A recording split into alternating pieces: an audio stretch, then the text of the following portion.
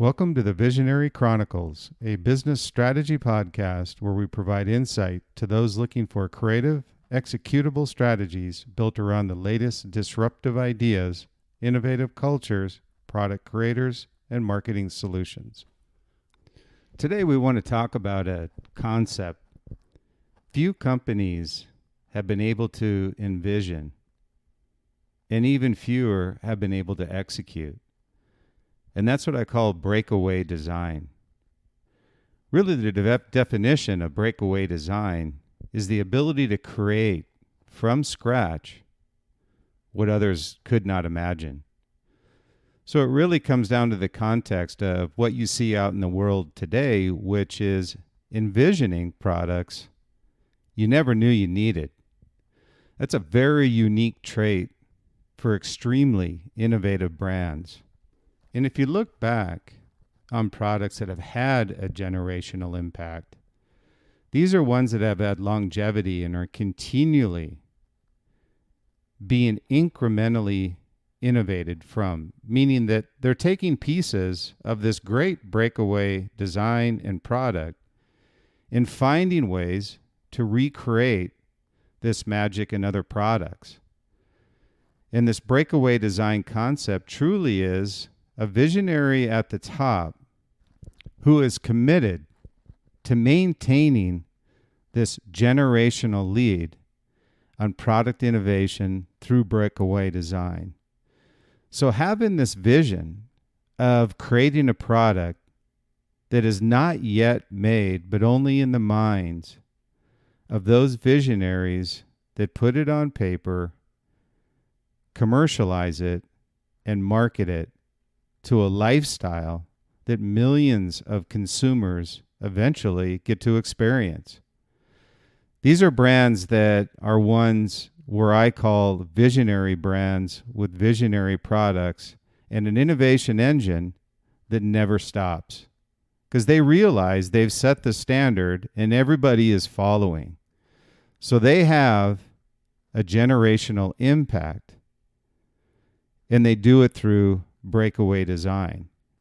So how do these brands, these visionary brands, continue to build these breakaway products and have sustained long-term success? Well, first, it's having a product that would be classified as a breakaway product and disrupts either the industry or the category itself. And I'll give you a great example. When Steve Jobs came out with the iPod, it was a great product that disrupted the category, but also disrupted an industry. What nobody knew at the time when Apple introduced this product is the impact the iPod would have on the music industry itself. Prior to the iPod, how music was distributed was very manual. You either had to get a cassette tape, an LP, even though popular today, back in the day it was very difficult, as you either had to be in person, buying it through a record shop, and it was very inconvenient. So when Apple looked at this, the strategy first was to put 1,000 songs in your pocket. But the long-term strategy was how to disrupt the music industry itself. And when you look back in that time, the music industry was caught off guard, flat-footed. They didn't think that this distribution model would ever change. So when Steve and Apple came up with the iPod, the intention was to completely disrupt the music industry. The iPod was a byproduct to achieving that. But what the iPod allowed Apple to do was to take that great breakaway design, build an ecosystem completely changing the way music's distributed. Today it's unheard of to walk into a record store unless you're looking for old albums or nostalgic albums you want to hear again on your LP. But everybody knows the migration of where the music industry is today versus where it was yesterday. And this was all done through a breakaway design and a product that was realized. So the great thing in this story is to recognize that great breakaway design isn't just product. If you see an opportunity to disrupt an industry, take it. If your product can be adapted from another industry, commercialized, and you can then disrupt an industry like Apple did with music, you control your future. Look where Apple was and where they are today, from being literally bankrupt to the most valuable company on the planet. All of this was done through a breakaway design strategy where they wanted to think different and be different, and as a result, it succeeded. So when you look at the first area of what classifies your company as a breakaway design machine is to have a generational impact on the industry that you're currently in. And this can be the product itself or how you distribute your product to those end consumers. The second piece of that puzzle is then once you have a breakaway design with great technology that sets the standard in your industry, is to draw down that product technology into other areas and product categories that keeps it within your design language, your brand equity, and your positioning. So having the ability to have drawdown products that can also be placed on the supply and demand curve and disrupt the curve is also another strategy. So when Apple looked at the demand curve, they also disrupted how they were distributing products. So another breakaway product, which came out of actually the iPod, was the iPhone. So being a breakaway product, they had the ability to draw down the technologies from the iPhone and be able to sell this across the supply chain at different price points based on the generations of products that they're selling without apologizing or losing brand equity along the way. So when you look at the iPhone, what's interesting, and I talk to people about this, is you don't really need the latest iPhone, but yet early adopters want the latest technology, and Apple recognized that. But also at the same time, consumers wanted an Apple product, just not the latest technology. So what you'll find is that Apple on the back end of the supply chain curve had generations of iPhones that were affordable to everyone. And as a result, the adoption of Apple products in the ecosphere became larger and larger to what it is today. So it was a brilliant strategy that Apple put in place. But if you have a breakaway design, the first thing is to have that generational impact. Second is a drawdown to that technology and spreading that into other products. The third piece of this is having a concept.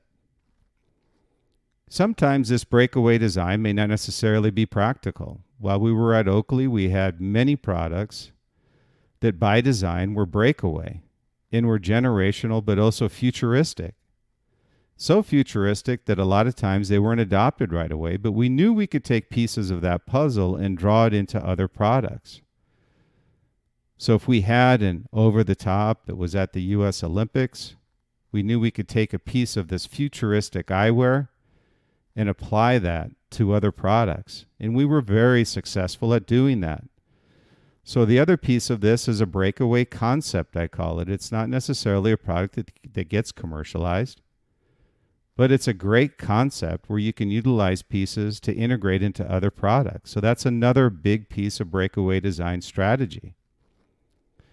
The fourth piece is the impractical design. And I mentioned this as part of the concept car strategy.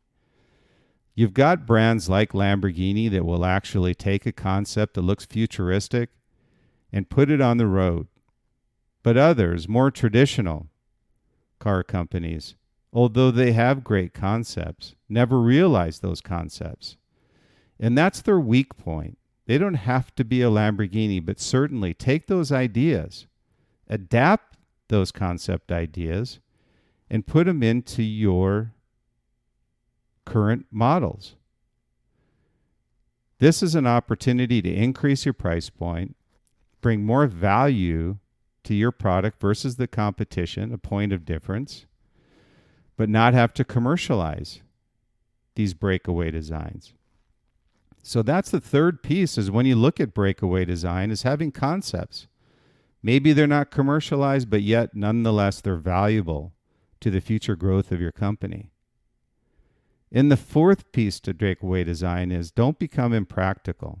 And I go back to the concept car strategy, is you have to keep in mind that either through a commercializing of a concept or a breakaway design, you have to have value.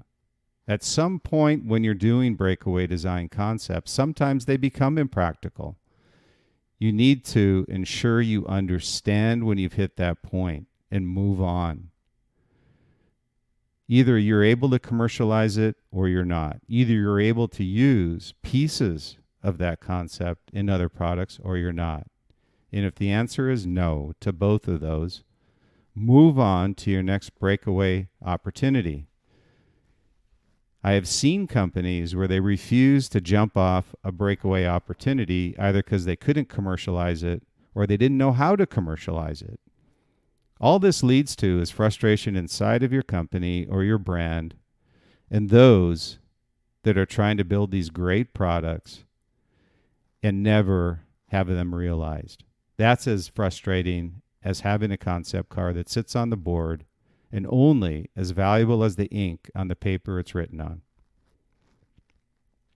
Now, the other piece that can't be forgotten on product, which isn't product at all, is that your culture must match your vision. If you're a breakaway company with a culture of being innovative, and that's translated to consumers as well as those advocates, the brand followers, those outside your company, your culture must always match that vision, or you lose authentication in the marketplace. And I've talked about that before and discussed not losing your authentication, and this is a great opportunity to keep that vision intact in your culture as well. And the opposite to that, which is very true, the oxymoron side of this, is that the vision must match your culture. So the culture must match your vision, the vision must match your culture. So if you want to be the best brand, the most innovative in your industry, you must be consistent in everything that you do and authentic in everything that you do. And I always say that innovation is hard, and it's meant to be hard. If it was easy, everybody would be doing it. So there's one saying I have when you talk about breakaway design, which holds true in every brand that I've been with, is innovating's hard. And very few people do it successfully and know how to execute it in the marketplace. Making a great product is one thing. Marketing that great product is a whole nother level. And I've seen companies with great products that were a complete failure when they've hit the marketplace because of naming conventions, not properly translating the technology, not defining their point of difference, whatever it may be, it was a failure. Not because it wasn't a great product, but because they didn't understand that their culture was to be great, not average. And so what I say is the other part of this is imitating is easy. It's your choice. Be innovative, build great breakaway designs, or don't. It's your choice. But I can tell you, if your choice is to be an innovative, breakaway design-driven company, maintain that culture and that bloodline from the top down. You must maintain that vision. Your culture will be better for it, and your company will be better for it. And those that follow you will know that you're always authentic in what you do, and they're anticipating the next release of your product, knowing that it's going to be value-driven and breakaway design culture. So having the ability to translate that to your consumer is a key ingredient in the end game to having a great breakaway design strategy in place executing it, commercializing the product, and bringing it to market. But never forget, once you hit the market, the game does not end there. Properly positioned, your culture of being a breakaway design company must be translated properly as well. So having this in place from the top down and having a culture driven by innovation through breakaway design products ensure the longevity and livelihood of your company, your brand, and your culture long term. Thank you for listening to the Visionary Chronicles, a weekly business strategy podcast where we provide insight to those looking for creative, executable strategies built around the latest disruptive ideas, innovative cultures, product creators, and marketing solutions.